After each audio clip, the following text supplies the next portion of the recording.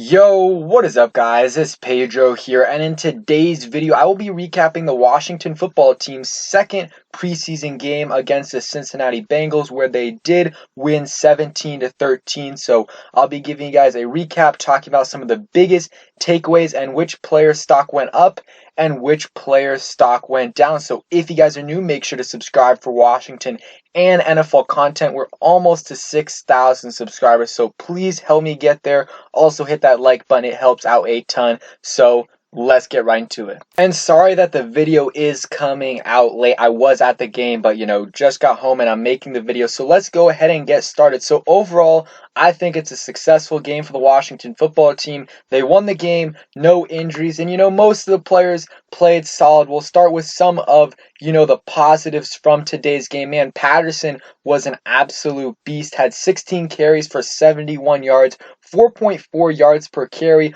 also had a touchdown. He is, after this performance, I really think there's no doubt about it that he is on the roster and pretty much is a lock in my opinion. He also had, 3 catches for 25 yards, so also a threat in the receiving game like he was last week. And not only that, but he also had a really nice kick return. I believe in the third quarter had a 37-yard kick return, and he just started doing this last week in practice, and he already had a big return. And sorry if I'm talking a little quiet, it is pretty late, but I'm really excited for Jaret Patterson. He had an absolute great game. And one other thing, Dustin Hopkins, 3 for 3. Good that there were no big mistakes, but also, his longest field goal was 34 yards, but it's good that he went 3 for 3. But I want to see him attempt, a couple longer field goals. Like, I think Washington's first possession, it would have been like a 40-something yard field goal. I think that would have been good for Washington. So let's talk about the first team offense, and then we'll get into the defense. So, Fitzpatrick, I think, definitely struggled a little bit. Went 7 for 13, 96 total yards, and, a pass rating of 77.7. But, he missed a couple throws in the end zone, and I didn't have, again, every replay, so I couldn't see because I was at the game. But he missed one to Logan Thomas and also one to Adam Humphries. Definitely should have had that one to Logan Thomas. And, he had a couple, he had one pass to Adam Humphries. I think it was before that just should have been picked. I think there was some miscommunication between the two, but nonetheless, he should not have thrown that ball. Also, on that first possession, he had a really nice rollout to the right, evaded some pressure, and a really nice throw to Dyami Brown, and Dyami Brown dropped it, so that hurt him a little bit. He also later, though, did have a nice throw to Dyami Brown, had a couple other good throws in this game. Nothing to be concerned about, didn't play great, but, I think, Ron Rivera even said he's a little bit fired up, and, those throws that he missed today, he was making those in practice. I thought Heineke looked pretty good, 11 for 13, 80 yards, 6.2 yards per throw. Also got sacked once and a pass rating of 92.3. He did have he had one fumble I think Washington recovered. He also had another play where he threw an interception, originally, but then it got called back. But besides that, he had a really solid game. Again, 11 for 13, and he also had 4 carries for 26 yards. I was scared a few times that he was going to get hit, pretty hard, but he was able to evade it, and I thought, overall he looked really good, and pretty good, and I'm really comfortable with him as the backup. And if Fitzpatrick starts to play bad in the regular season, I'm comfortable with Heineke playing. And then Kyle Allen, I did not get to see much of Kyle Allen because I did leave a few minutes before the game was over. 2 for 4, 23 yards. He was okay. He was solid for us. I like all 3 of the quarterbacks that we have on the roster, but Fitz, he had a good first game, and this game just wasn't his game. We'll see how he plays if he does play next game. Let's see. So Jaret Patterson, we already talked about that. He looked great. 16 carries, 71 yards. The other running backs, Gibson didn't do much. Had 7 carries for 28 yards, which is solid.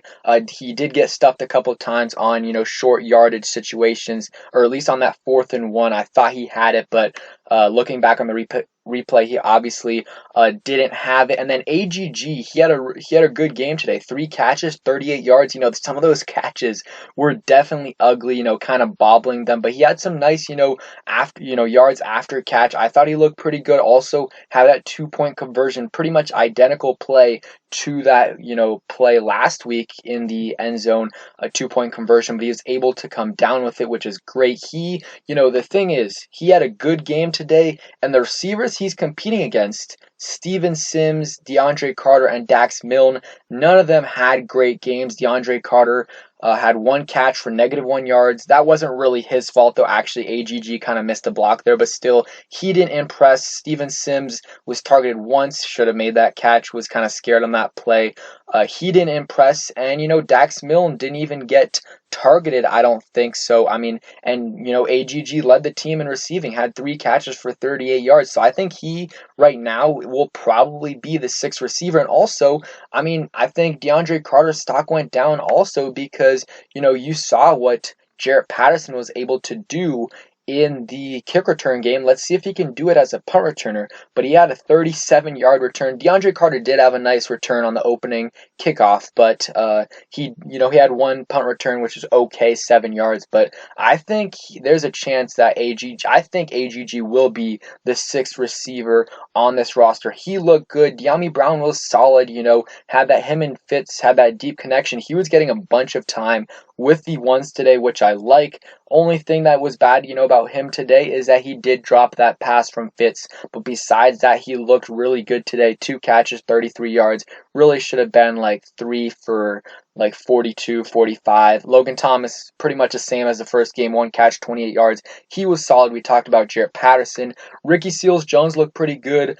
2 catches for 20 yards. Cam Sims had 2 catches for 19 yards. He did have a fumble though, and man, I thought he was in on that, or for a second I thought he was in on that throw from Heineke into the end zone, and it's debatable if he was in or not. His forearm was kind of on the line, kind of not. It was hard to tell from the stands, but there was a chance he was in, but he couldn't come down, or he couldn't stay in bounds, so that didn't count. He also had a fumble, so he really didn't have a great day. So now let's kind of talk about the defense. The defense, and there's some tweets right here. The defense held Cincinnati to 55 net yards in the first half. They were great, and again, granted, it's against Brandon Allen, but I thought the first team defense was really, really good. Didn't get that much pressure on the quarterback, but that's fine. We go to the statistics, and 2 guys, and I'll talk about this tomorrow, or actually today, since it's already 12:30, about players that impressed me. Torrey McTyer and Benjamin St. Juste were balling today. McTyer was all over the place, had a tackle for loss. Or no, sorry, that was Joe Walker. But, McTyer blew up a few screenplays, was really good in coverage. Overall, I thought he had a great game. And same thing with Benjamin St. Juste. St. Juste got lucky like once or twice with, a drop from Jamar Chase. But, he was really good, though, today in coverage. Made a pass breakup. I thought he looked really, really good today. And, he got a lot of reps today. So that is good for him and his development. I'm feeling comfortable with him starting week 1, and Kendall Fuller and William Jackson were not playing today, but I really feel like he's going to be able to start on the outside week 1. He looked really, really good today, and so did Torrey McTyer. I think he will make this roster. Jamin Davis, didn't do that much, but I thought he got in on a couple of tackles in the run game, was solid in coverage, definitely better than the first game in my opinion. Still want to see like 1 or 2 plays where he, you see the athleticism, but besides, he definitely looked better. Derek Forrest, I thought, and again, can't watch the film yet, so it could be different, but my perspective could be different in a couple days. But I thought Derek Forrest played solid. He forced that fumble, and of course, he got called for that, unnecessary roughness or whatever he got called for, lower, defenseless player, and I just didn't agree with that call. The receiver lowered his helmet as well, and Derek Forrest just made a great play, so I'm counting that as a bonus for Derek Forrest. It's a preseason. He made a great play, so shout out to him. I thought he played pretty well, made a couple other big tackles. David Mayo, he made a couple good plays in special teams and a couple good tackles in the on defense too. I thought he played well. I thought David Mayo, Derek Forrest played solid. Let's see any other plays. Troy Apke got destroyed on one play. I think it was Tate, the receiver. Tate caught it over him, and he was fouled by Apke. Let's see any other players. William Bradley King had a nice sack and forced a fumble, so that was good for him right there. So I mean, those are the most players on. Oh, one more thing. Landon Collins looked good. He had that nice play. He had a couple nice plays today. So I'm excited to see what he can do in the regular season. And then Montez Sweat flashed out there. He looked like an absolute beast. Had 2 tackles, 1 tackle for loss. He was great out there. The whole first team defense, again, the whole first team defense was good out there. Only allowed 55 yards in the first half. So that's good right there. Jimmy Moreland had a nice play there too. So yeah, I think overall though, first team defense looked great, and on offense, Jaret Patterson, I think he's gonna make this roster.